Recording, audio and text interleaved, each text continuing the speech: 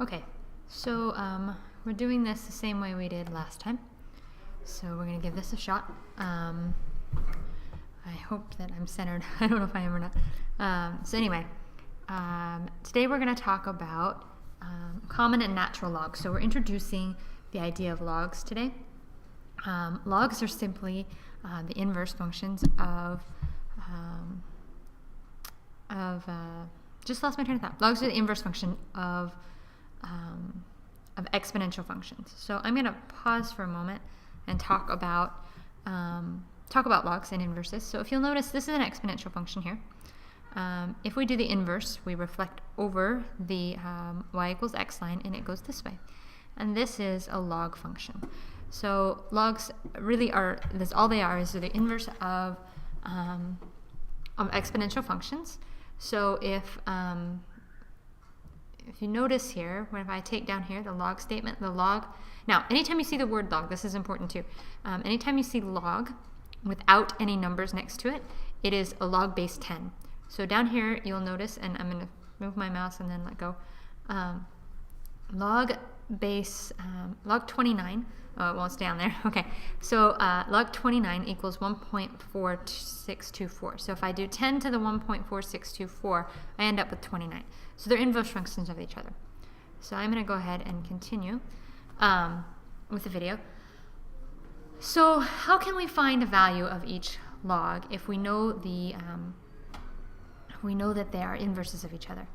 So if I have, it's log base 10. I want you to think about that. That's an important skill to think about. So it's log base 10. And so then what I can do is I can say 10 to the x power equals 0.001. And let me pause for a moment and talk about this. So this right here, this 10, this is going to be this value here. What it's equal to is the exponent, okay? And then the number right here is going to be what it's equal to when you invert it. And there's a formula for this, and I thought I wrote it down somewhere. It's probably further on. But anyway, but that's how you figure this out. So this right here, this is the exponent, and then this is the number that it's equal to. So 10 to the x is 0.001.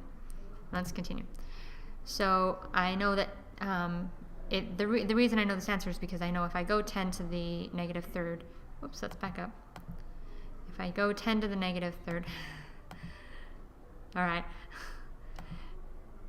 I like this new system, but this is going to take some work. So 10 to the negative third is going to give me 0.001. This is just something I'll have to know.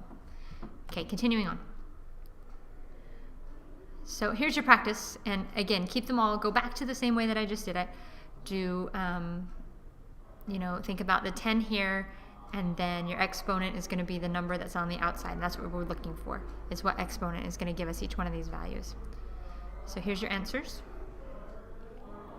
All right. Example 2. So now this is where I think I actually put the formula on the top here. I thought I did it on the last one. So I have, remember log base 10 of 0.8. So it's 10 to the negative 0.00969, because my exponent is here, is going to equal this number here, 0.8. All right. There's formula. Okay. So if I have log x equals y, then my formula is y. Sorry, it's 10 to the y power. Here we go. 10 to the y power equals x. All right. So now I can go back here, and I can just, this is all I'm doing is rewriting problems. I'm not solving anything. I want to rewrite logs as exponents, and I want to write exponents as logs. So now I can say log of 1,000, because that number goes there, is equal to 3. The exponent always goes on the outside. Follow this formula, and you'll be fine. Here's your practice problem. And there's your solution. All right, now these are interesting problems. Now these are very, very easy, but you have to think about what this means. This says log base 10 of 10 to the something power. If I were going to rewrite this, all right, I would essentially be saying, how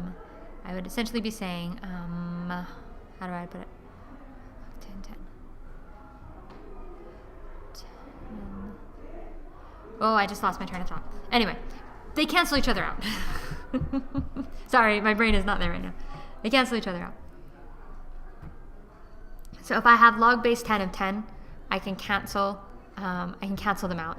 And then what's left is my exponent. So they cancel out, and I'm left with square root of x squared plus y squared. And moving on, I hope. Maybe.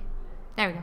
All right, so now keep in mind the natural log is the inverse of e. So think about what you can do with that.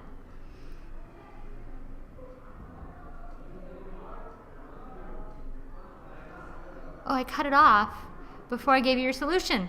All right, well, let's back up. So I can tell you your solution. Your solution here is 3.78. They cancel each other out. Oh, I know it's Okay, there we go. So, I don't know what just happened. Okay, I went all the way back to the beginning. So let me go all the way back over there so that you can see this a moment, and then I'll stop. So right here. So the natural log and e cancel each other out, and you're left with 3.78. So now let's see if I can stop my video.